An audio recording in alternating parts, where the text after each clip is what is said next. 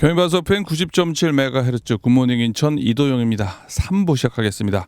인천의 현재를 살펴보고 미래를 조망해보는 전지적 인천 시점 시간인데요. 오늘은 인천시의 더불어민주당 조성관 의원, 국민의힘 김용희 의원과 함께합니다. 두 분 의원님 안녕하세요. 안녕하세요. 네, 안녕하세요. 예.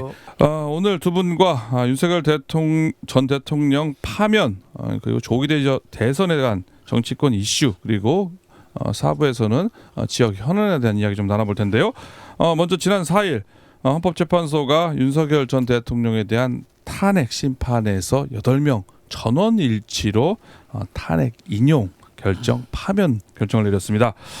윤 전 대통령의 파면 아무래도 뭐 지방 의원으로서 또 직접적으로 뭐 이제 관련이 있죠. 각각 소속 정당 의원으로서 어떻게 보셨는지 한 말씀씩 일단 좀 소감 듣고 좀 시작해 볼까요, 김 의원님? 일단 뭐 안타깝지만 예. 뭐 그 헌법재판소의 결정을 저희도 이제 무겁게 받아들이고 있고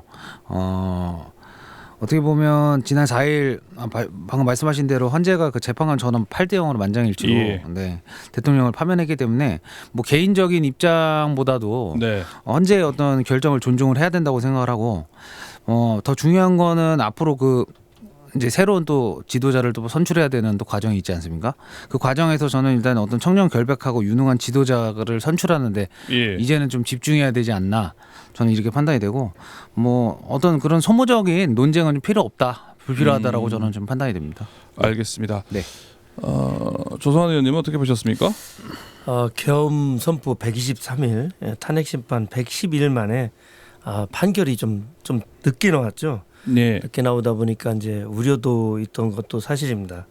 뭐 정당마다 8대 0이다, 뭐 4대 4로 뭐 인용이다, 기각이다 이런 말들이 많았었는데요. 저 또 그 안에 이제 재판관들이, 법관들이 이제 판단이 이제 달라질 수 있다는 뭐 의혹도 있었고 여러 가지 말들이 많았습니다.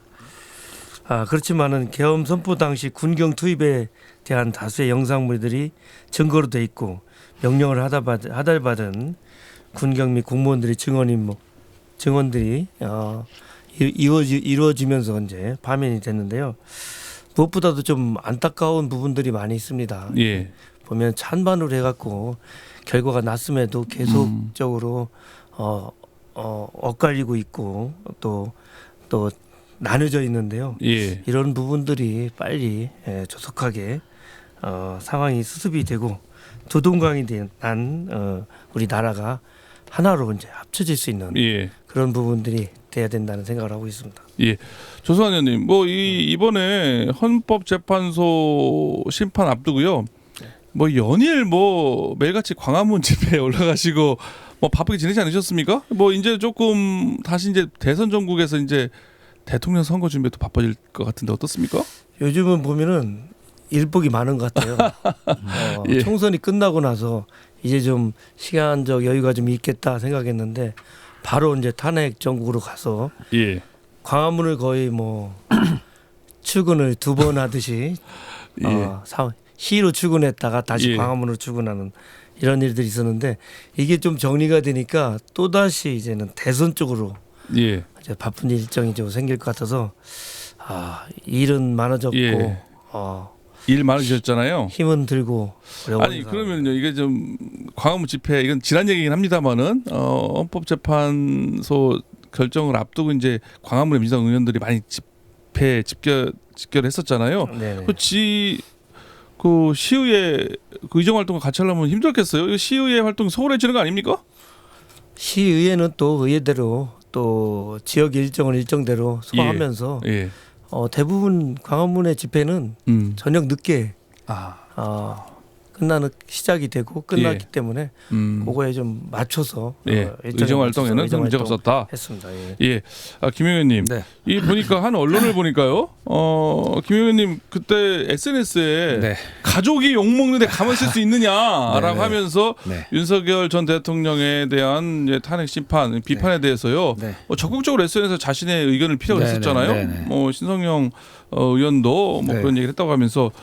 한 언론에서 윤석열 전 대통령 파면됐으니까 뭐 그렇게 주장해서 반성해야 되는 거 아니냐, 뭔가 좀 뭐 이거 해명해야 되는 거 아니냐, 뭐 이런 얘기가 나오고 있던데 이거 한 말씀 하고 넘어가야 되지 않으시겠습니까? 이제 저도 그 뉴스를 보고 좀 한편으로 좀 실소가 나올 정도로 그런 기사를 쓰셨을까 했었는데 저는 국민의힘 의원이기 때문에 소속 정당이 국민의힘이기 때문에 당연히 저는 윤석열 전 대통령에 대해서 어떤 부정적인 입장보다도 일단은 지금 그 상황을 어떻게 보면 해결해야 돼요. 빨리 긍정적으로 또 만들어야 될 또 의무가 있기 때문에 좀 그런 부분에 대해서 저의 의견을 명확하게 말씀을 드린 거고 중요한 거는 뭐 이제 뭐 내란 옹호다 뭐 이렇게 말씀하시는데 과연 그런 워딩이 좀 적절한 건가라는 좀 의문점이 많이 들어요. 왜냐하면 당연히 지금 뭐 당연히 민주당을 지지하시는 분들도 계시겠지만 또 어떻게 보면 국민의힘을 지지하시는 분들 굉장히 많거든요. 그럼 그런 부분에 대해서 다 그런 말을 쓴다는 그런 워딩을 쓴다는 것 자체가 또 갈라치기를 시키는 게 아닌가라는 굉장히 좀 안 좋은 좀 워딩이 아닌가라는 생각이 좀 많이 들었었어요. 그래가지고 좀 그런 부분에 있어서 저는 이제는 이제 그런 어떤 뭐 내란 옹호다 이런 거보다도 이제 화합의 길로 가야 되는 출발선이기 때문에 좀 언론에서도 좀 그런 것조차 좀 약간 좀 자제해야 되지 않을까라는 좀 생각이 많이 듭니다. 그럼 뭐 언론에서 뭐 어쩌라는 거예요? 언론에서요? 예, 뭐 지금 그래서 이런 기사가 나왔잖아요. 네. 김용현 의원님 뭐 신성영 의원에게 뭐 하라는 거예요, 그러면? 뭐 사과라는 거예요? 아니면 언론이 저한테요? 네, 언론이 아니 굳이 뭐 언론이 사과할 필요는 없고요. 언론이 사과할 필요는 없고 중요한 거는 그런 기사를 좀 이제 너무 많이 쓰면 또 그 굉장히 또 사회적으로 좀 부정적인 영향을 많이 끼치지 않을까 하는 생각이 많이 들기 때문에 좀 자중하셨으면 좋겠다 그거죠. 네. 그러니까 내란 옹호까지는 아니다. 내가 소속 정당의 의원으로서 현직 뭐 같은 당의 대통령에 대한 문제에 대해서 좀 이렇게 얘기한 건데 그거 가지고 뭐 내란 옹호까지는 아닌데 이렇게 워딩하는 거는 좀 문제가 있다. 아까 전에 방금 말씀하신 것처럼 제가 초반에도 실질적으로 윤석열 전 대통령에 대한 파면에 대한 헌법재판소의 의견을 무게 받아들이고 존중한다고 하셨으니까요. 존중하기 때문에 뭐 그거에 대해서 뭐 지금 뭐 다시 뭐 그거는 뭐 불법한 그게 아니다. 뭐 인정하지 않는다 이건 아닙니다. 인정은 하는데 일단은 그런 식으로 계속 한쪽으로 몰고 가는 거는 지금 어느 정도 지금 화합이 될랑말랑하는 상황에서 자꾸 부정적인 어떤 워딩을 쓰는 거는 좀 부적절하다라고 저는 생각합니다. 알겠습니다. 조성현 의원님, 이게 지금 어쨌든 현직 대통령이 두 번째 탄핵된 거 아니겠습니까? 대한민국 헌정사에서 참 비극이라고 할 수가 있는데 이런 일이 더 이상 발생되면 안 되는 일 아니겠습니까? 이거 어떻게 생각하십니까? 지금 보면은 헌법에 제가 좀 한번 봤는데 69조가 있습니다. 69조가 대통령이 취임하면서 이제 선서를 하게 되잖아요. 보면은 헌법을 준수하고 국가를 보위하여 조국의 평화적 통일과 국민의 자유와 복리 증진 및 민족 문화 창달에 노력하여 대통령으로서 직책을 수행한다 이런 쪽인데 좀 보면은 선서했던 대로만 최소한으로 했어도 이런 일이 일은 없었는데 안 일어났을 텐데 그런 부분들이 좀 안타깝고요. 좀 이렇게 보면은 삼권 분립이 있잖아요. 우리 지금 국가 권력 남용도 막아지고 이제 권력을 분리하는 건데 이런 부분들에 대해서 존중하고 대통령이 좀 이해할 줄 아는 대통령이 좀 들어왔으면 하는 그런 바람입니다. 윤석열 전 대통령이 헌법 준수를 하지 않았다는 얘기죠, 한마디로? 그렇죠. 뭐 권한도 남용했고 뭐 헌법도 위반했고 헌정 질서를 어기고 이제 민생의 뒷전으로 가다 보니까 탄핵까지 가지 않았나.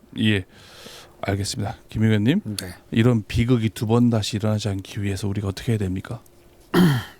대통령을 잘 뽑아야죠.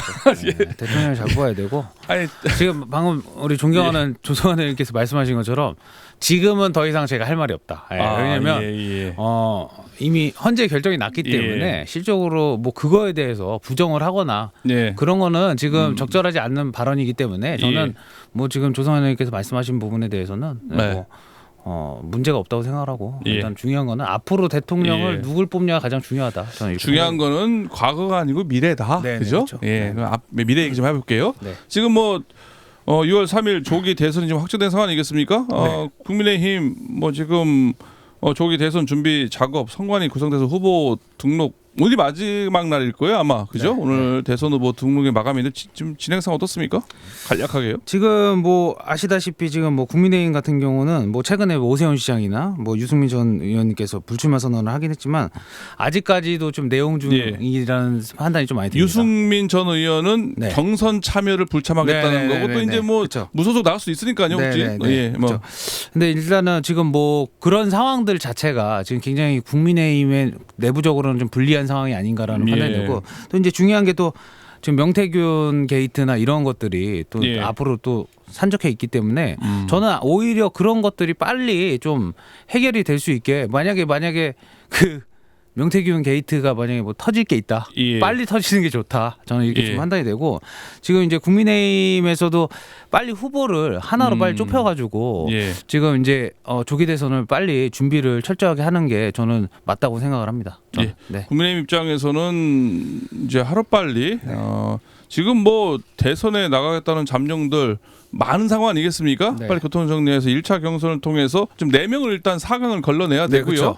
그렇죠. 그래서 이제 또 본격적으로 빨리 경선 일정을 진행해서 국민의힘의 대선 후보를 정해야 그래서 민주당과 결선에 나가야 된다라는 얘기인데요. 근데 그리고 또 한 가지 중요한 그 게요. 얘기는 4부에서 마저 듣도록 하겠습니다.